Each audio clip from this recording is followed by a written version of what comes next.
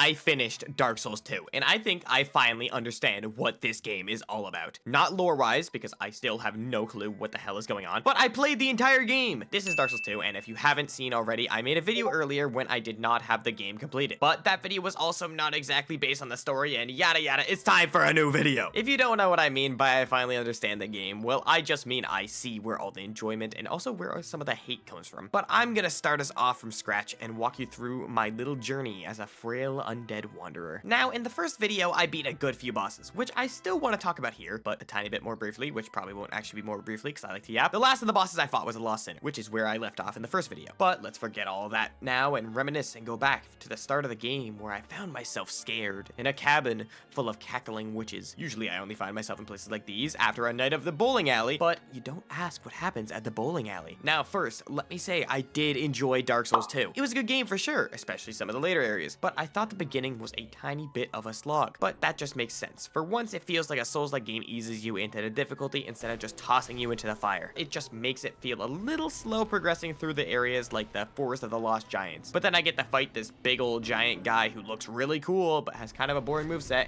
and I find out that the difficulty immediately spikes. I should have expected this, but whatever. Now I get to access new and exciting areas. Yay! Hyde's Tower, and then No Man's Wharf is our first obstacles, and Hyde's Tower is relatively easy. I like this area. You can pretty easily fight these enemies, and also if you get too overwhelmed, there's areas you could just run past. But running past the enemies is not the proper way to play the game. It's more enjoyable if— Don't care! If I decide I'm gonna run past a few enemies because I can't find a way to deal with them properly, that's what I'll do. Is this the proper way to play the game? No, but this is something I do throughout this entire game. I love the Dark Souls series, and this game is great, but sometimes my solution is just to become speed and just boogie past everyone. Anyways, sorry not sorry, I do play areas normally, but sometimes I run past enemies. If that annoys you, well, this video might not be for you. Back to the actual game. There's a few enemies and an easy boss. In Hyde's Tower, this is the Dragon Rider. I'm sure we won't see him again anywhere. This guy has a whopping total of like 3 moves, so learn to dodge even like 2 out of 3 of these moves, and you'll be fine. But this gives me access to No Man's Wharf, which is, annoying,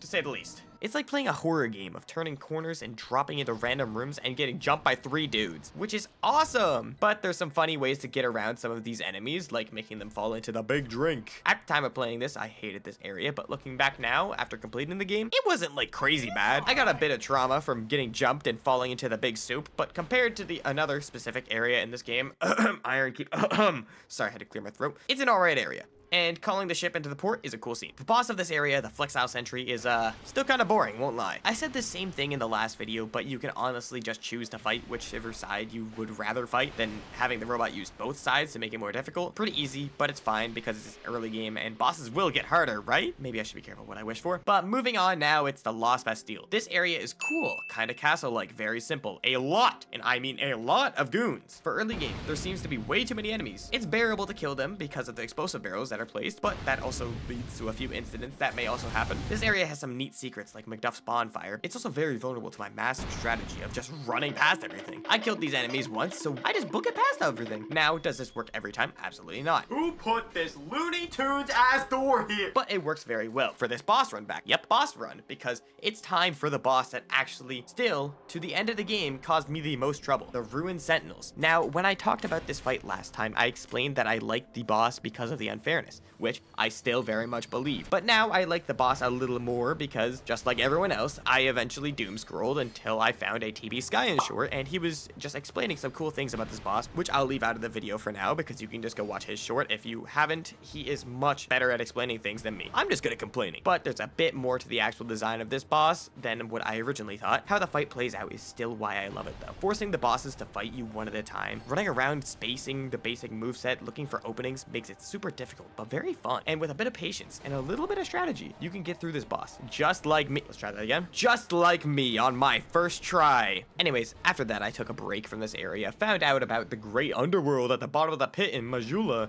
and explored a bit down there. Now, I won't lie, I don't really remember much of this area to start with, but I do remember finding another boss, being the almighty rat rat. I'm not doing this bit again in another video. It's a rat, okay? It's a rat with a mohawk. Okay, I'll admit the mohawk is pretty sick, but this boss is simply hack at rats until the boss rat appears, then find and kill the boss rat. Pretty simple. Kind of reminds me of a certain video I've seen before. Afterwards, as well, you're given the opportunity to join the Rat Covenant, which would be stupid, because why would you want to be ruled by a rat? I mean, it would be stupid not to bow to our glorious leader, the King Rat. I made the obvious choice and chose the Rat Covenant, which, I won't lie, I don't exactly know if that affects the gameplay, but I don't think there was a difference. I mostly did this for a stupid bit, so if I missed something because of it, I am super sorry. After this, I venture into one of the worst areas in the game, in my opinion, with all the darkness and lots of scaffolding and dead-end ladders and lots of zombies and poison statues. But I did enough complaining about that in the first video, so I'm just gonna skip it, because I didn't find anything that important in here. Just some stupid pots that break armor, which is always fun. But then I found myself in a short area known as the Black Gulch, which, looks-wise, absolutely nailed it. I think with the encompassing darkness broken up by the bright green pits, it looks awesome. And exploring here leads you to find a secret bonfire close to the fog wall, which is super nice. But now, as I trespass into the fog wall, I witness a massive blob known as the Rotten. Yeah, that's way too dramatic for this guy. He's literally a meatball. Why is he important? Not my favorite boss, suffers from a lacking moveset, but I like its design. It's cool enough, I guess. If there's something cool I'm missing here in this boss, please let me know in the comments, but I think it's just gonna stay as the big ugly blob man for me. But afterwards, I find something very, very important. My first primal bonfire! Finally, something that makes me feel like I'm actually progressing in this game. Like this to go back to Majula, and our next destination is actually back to a familiar place. We're going back to the Lost Bastille, because I never finished that. But this part is a bit different, because I don't really feel overwhelmed with enemies at all at this segment of the Bastille. I kind of just have a relaxing exploration through the rest of this tower, pick up some items, die a few times, and that's all. Sinner's Rise seems to be the more important section of this all, but it's rather short, like the Black Gulch. There is a dramatic elevator, so this area is pretty safe, or at least should have been, but I think we've all died on Dark Souls elevators way too much, or at least way more than we care to admit. But this is where you've probably guessed, but I ran into the Lost Sinner, a very, very cool looking boss. Probably one of my favorite looks in the game, and an interesting gimmick. Another issue of the boss fight being relatively easy, which I suppose isn't actually an issue, but it's worth mentioning for sure. A lot of bosses in this game have been sluggish and not difficult. I get it, bosses don't have to be that hard, or maybe I'm just too good, but I just lose a bit of interest in the boss if I'm not beating my head into a wall because I'm a psycho like that. So I think I'm gonna chop it up to a me issue, and I also find the areas plenty difficult, so it doesn't affect my experience that much. The Lost Sinner is still a super cool boss, with the arena affecting your lock-on range because of all the darkness. It's such a cool mechanic, so no one can tell me this boss is bad. Afterwards, I find the second of my primal bonfires, and now we are finally at the end of where I left off in the first video. A lot of my opinions have changed after experiencing the rest of the game. Some remain the same, but the latter half of the game is what truly makes me understand why Dark Souls 2 is so unique. Now, moving on, we enter the Shaded Woods, and we meet a nice lady who is trapped in stone, who lets us pass to progress the game. The Shaded Woods are nothing exactly to write home about. It's simply a spooky forest with some interesting enemies and these pots lying around that curse you, which is kind of annoying, but I haven't learned my lessons with pots and roll straight through them, and this time I actually don't get punished, which is nice. But there's some parts of the Shaded Woods we will come back to later. For now, we want to pursue our next boss, which is Scorpioness Najka. Yeah, that sounds right. Ooh, it's a pretty lady with a monstrous scorpion body. You remind me of someone from a similar game. This fight is actually somewhat interesting. It's pretty easy, like usual bosses, but the design looks cool and her attacks feel fun to dodge, and it's very rewarding to space this boss properly and bait out its easy to dodge attacks. You get a thumbs up from me, lady, and it's not because I love monster ladies, that's an entirely different problem. Anyway, that's done, and now it's pretty standard progression, but I got kind of curious here. Taking a page out of my own book, aka reusing dumb ideas, I decided to ask Mr. ChatGPT, where should I go next, just to see what kind of answers it would give. I was curious on how accurate and easy to understand the robot's answers would be, so I fed it a bit of information and asked where I should go next. And I was both impressed and disappointed with the answer. For one, it gave me simple and easy to understand answers, and the information was very much correct, but it seems to get ahead of itself very quickly, because I asked where to go after the boss, and it just kind of assumed I knew how to get to Brightstone Cove and Iron Keep. Not too bad, there's definitely potential here, especially since I didn't give it a crazy amount of information. Now I resist the urge to say thank you to the robot, because it's a robot, and I gotta remember I don't have to be polite to it. I'm so sorry, little one. And now we move on to a short area called Door of Pharaohs, which actually might not be a short area, because yeah, I kinda made a mistake at this part. I sort of just progressed through the game like normal and didn't really look around enough because I think I probably missed something in this area, but I really did mean to go back after unlocking the Brightstone Cove bonfire. I just kinda forgot about it.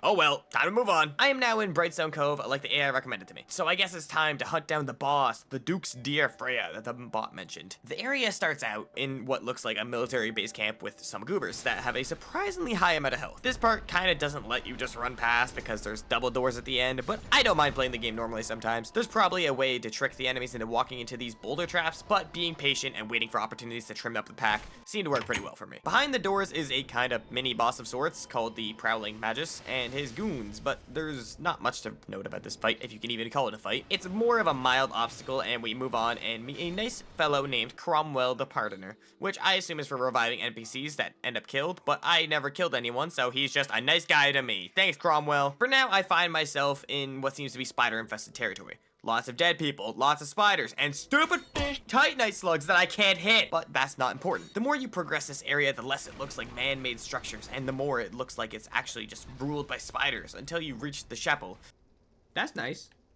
Which looks normal, but is completely infested with spiders. Get past the spiders, though, and you'll find yourself in the dark depths of the nest with massive cobwebs that you can easily tell weren't made by regular spiders. There is something else in here, and it is massive. Climb down these cobwebs and you'll see a massive fog wall. I guess time to see what's on the other side. Oh boy, an arachnophobe's worst nightmare, the Duke's Dear Freya. Or maybe not the worst nightmare. I've heard that some people with the phobia don't get triggered by it because when the spider looks too monstrous, it doesn't have the sense of realism or something, and doesn't flip their switch. But I don't know shit about phobias, and I'm just here to yap about Dark Souls 2. And speaking of which, this fight is annoying. Constantly spawning little spiders, some janky hitboxes, and a massive spider that can fire fucking laser beams. Great combo. Pair that all with the worst run back in the game, and you got yourself a boss. Ooh, it's the Snake Man of the future to tell you this will not be the worst run back.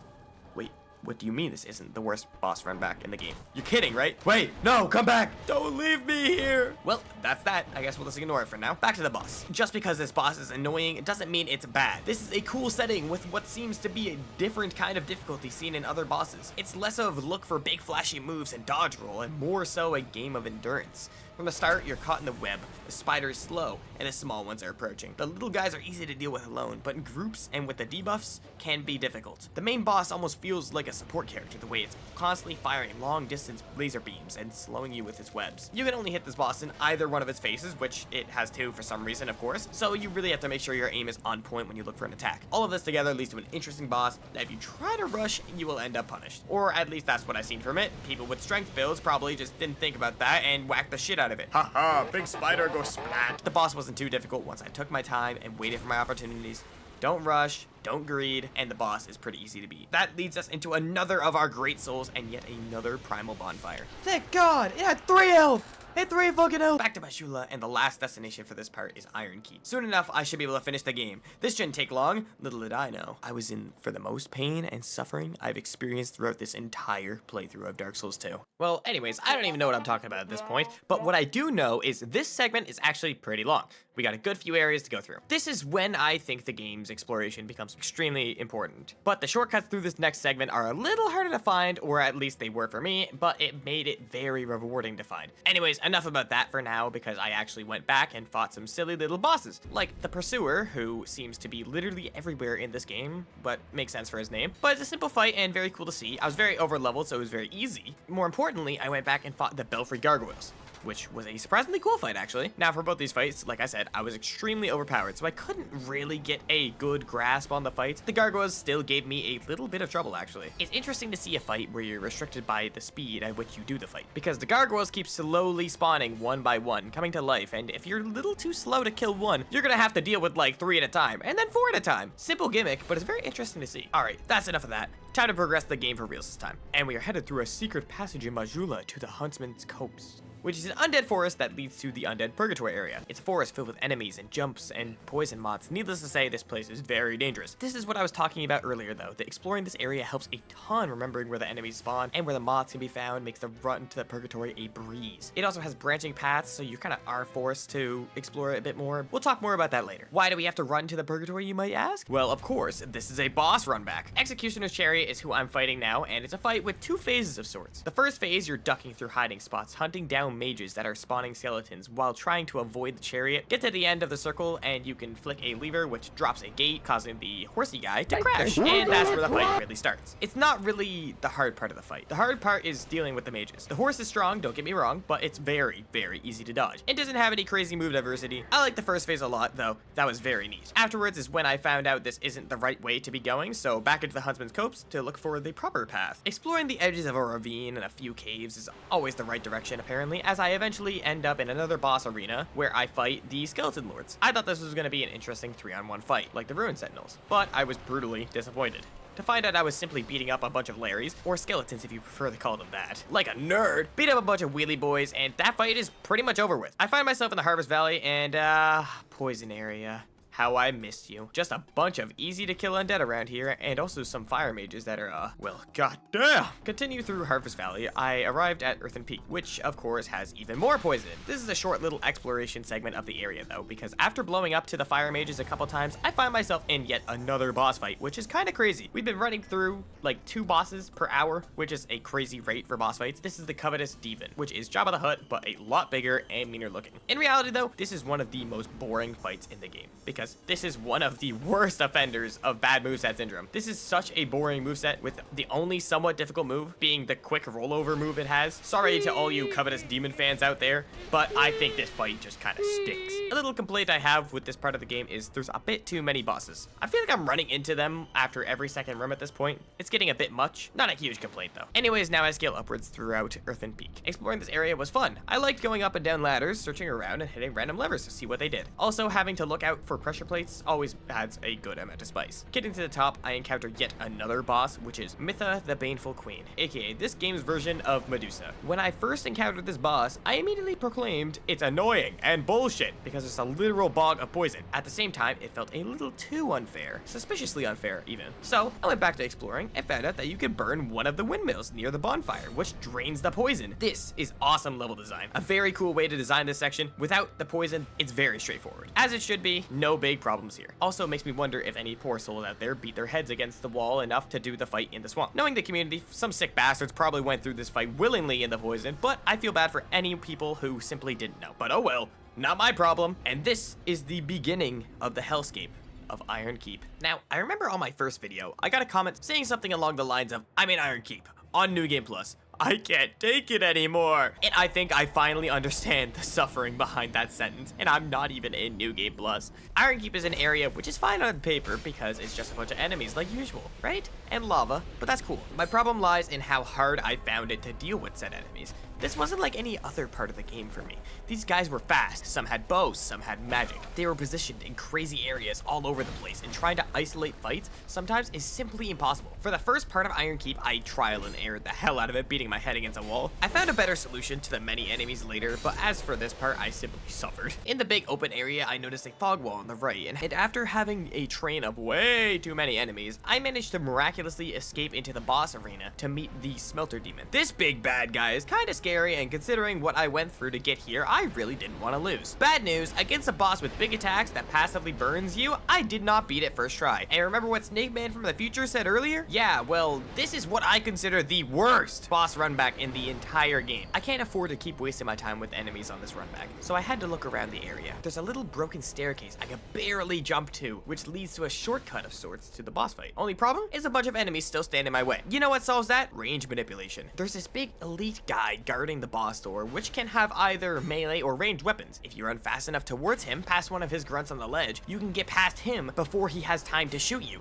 causing him to try to switch to melee weapons because you're close enough and giving you a free entrance to the boss fight. Was my method flawless? Absolutely not at all. It was all dependent on the attack the central enemy did. Did it work enough to give me 3 more attempts at the boss? Absolutely. The boss was simple as long as I didn't completely choke, and I could outpace it with the amount of flasks I saved from not fighting anything on the run back. Now, I did also completely choke like twice, but the third time's a charm and I get to move on from the Smelter Demon. Now I get to have the honor of exploring the rest of Iron Keep with more enemies, more lava, and moving platforms, and turtle guys! Exciting! The first part is rather simple though, with a couple of enemies and a door leading to the roof of the place, which I still don't really know the purpose of, but I cleared that section. Back to the main area, and there's a lever that controls some moving platforms, which can also be used to drown some enemies in lava, which is always fun. I initially tried progressing to the right through a doorway, down some spiral stairs, only to get stuck in a hallway with a lever bucket and a turtle and jumped by 2 soldiers that fell from somewhere. This isn't gonna work. With enemies coming in behind me, gotta look around, try a different path. This is an interesting part because you could just take out all the enemies and fight this turtle, but there is an easier way that uses much less time. I find a ladder that takes me upwards to reach the roof again, do some parkour downwards, almost fall in some lava, snipe some enemies that jumped me from earlier from afar, beat up the turtle, and I'm through. From now on, the area is pretty cut and dry, but man, did this part make me want to rip my hair out. I will admit though, it was super satisfying to finally break through and reach a bonfire. All that's left for Iron Keep now is the old Iron King. This boss is weird because you fight this big back in a lava ocean on a small platform. That is a problem at first until you realize there's a safety corner on this island and suddenly it's a lot less scary. I have to sit and wait for slam attacks to hit the big guy's hands, but it's pretty simple. The only times I died here was when I was being stupid and slipped and fell into the spicy soup myself. Pretty good fight though, and this leads me to another bonfire that randomly explodes. This scared the shit out of me, but it was just a nice scary demon guy coming to offer advice. He leaves after some fancy words and I get my last primal bonfire. Now this is where we enter what seems like endgame. We go back to the shaded woods and find the Shrine of Winter down one of the paths, get very distracted by the teleporter pool on the inside, but eventually progress through down a rough beaten path to Drang Lake Castle. Here it is, ladies and gentlemen, the big ass castle that is in every Souls game for some reason. One dramatic staircase and some enemies later, and at the front gate stands 2 giant statues and infinite spawning minions. After a while of picking my ass, I find out killing the minions lights up the giant statues, and I'm finally into the castle. Now, honestly, the castle is really standard progression from here. As long as you remember that statues are not friends, and giant statues require murder, it's honestly quite the breeze. Kill some goobers, go through way too many slow door animations, and we find another fog wall with some familiar faces, or more so helmets, because the Dragon Rider is back, but now there's 2 of them. This is a cool double up fight because it puts you to the Dragon Rider's basic moveset that I complained about earlier by having one pressure with a bow and the other pressure with a regular halberd, until you get the first guy to half health and the big scary Black Knight will drop from his perch. Normal gamer knowledge here tells me to deal with the first one because the one in the special armor will for sure be more of a problem, so that's exactly what I do, until I realize afterwards that I'm an idiot because the special one actually has much less health. Would have been nice to know before the fight, but the fight's done now. A little bit more progression, a dramatic elevator now, and I run into whatever this guy's doing.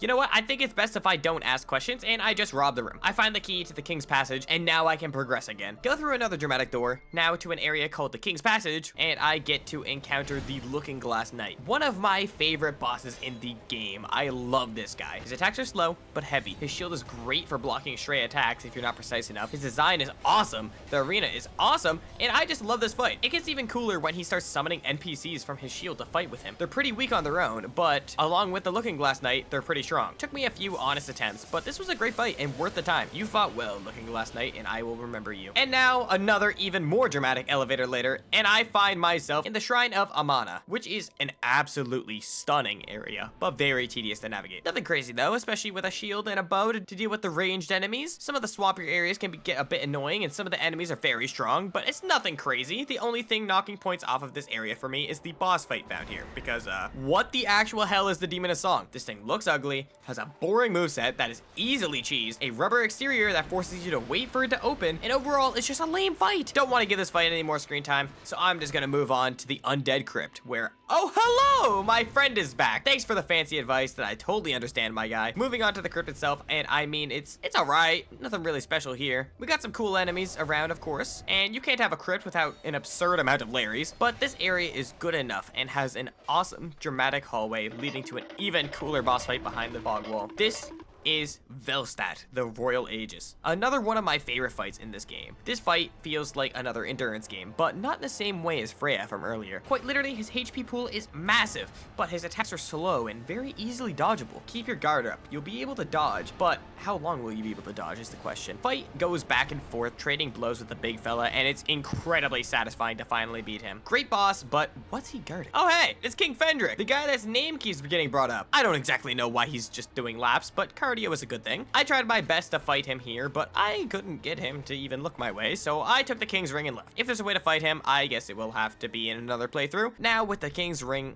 I can finally progress further through Drang Lake. Big dramatic doors I found earlier. And what's behind some big dramatic doors? Nothing else but an even bigger, more dramatic pathway! This is another boss run, but it's quite the peaceful one, which is great, because I get to see Dark Souls 2's version of Ornstein and Smo, the Throne Watcher and Defender. One is quick and nimble, the other big and strong. Get them to half HP and they get stronger. Simple concept, but works like a charm. Another banger boss fight. I had a bit of trouble at the start here, simply trying to dodge roll my way through things, but then I decided to change up my approach. In Souls games, I rarely use shields, but I gave it a shot for this fight, and power stancing through the flurry of 2 attackers is exactly what I needed. I focused down the fast one while spacing the slow one to isolate it one-on-one, and the fight was essentially over after that. Great fight. Really opened up my eyes to the beauty of shields. The game's almost over now. If you're still here, I'm honestly kind of surprised, but you might as well stick it out with me until the end. We only have a few more areas. Back to the Shaded Woods once again, and I find myself in Aldia's Keep, which seems to be some sort of fucked up animal zoo museum thing with not just one Kool-Aid man, but 2 Kool-Aid men. Oh my god. Yeah, they scared the shit out of me, but they weren't too hard to deal with because they're slow as balls. But a little forward and I find the Guardian Dragon, which must have got his name from default because this is one of the easiest dragon fights I have ever done. The classic move of hug the ankles works incredibly well here, so the fight is a breeze. Dude, that was the easiest Oh. Damn, that was an easy dragon boss. But I now enter a fitting area known as the Dragon Area. This area is really cool. I almost have no complaints. The enemy choice is great. Play it smart and you'll have like no issues with one massive exception. Now this could just be from my own personal experience, but I met the literal incarnation of evil in this area, also known as Fencer Sharon. Invaders in this game are never usually a crazy big issue for me, but for some reason I simply couldn't beat this one. I really feel like I tried everything. The bow strat didn't work, the shielding didn't work, I wasn't consistent enough with the parrying. This is one wall I actually backed down to. I died more to this random invader than literally any of the bosses in this game. I accept my skill issue and ran past her, not looking back. Now I arrive at the Dragon Shrine where I have my last conversation with the friendly demon man who reveals himself as Aldia. Love this guy, but it's the last time I see him during this playthrough. So long, my friend. Now, I scale my way up this shrine. I run into plenty of enemies around here, but they're not too difficult to deal with because they're dumb as rocks and can be easily parried. But damn, there sure is a lot of them. There's nothing else crazy notable here, though. But I found this egg thing, which is probably important, but I never ended up using it, I don't think. Now, to the top of the shrine, through a fog wall, I go in expecting a fight. But then I just have a casual conversation with this big-ass dragon, and all's well that ends well. Well, that's awesome. Now I simply need one more soul. I need a soul of a lost giant, which can be found way back in the Forest of Giants. Through a King's Gate, I find a dead giant that leads me into a flashback of a past war involving the giants. This memory is a short but very chaotic area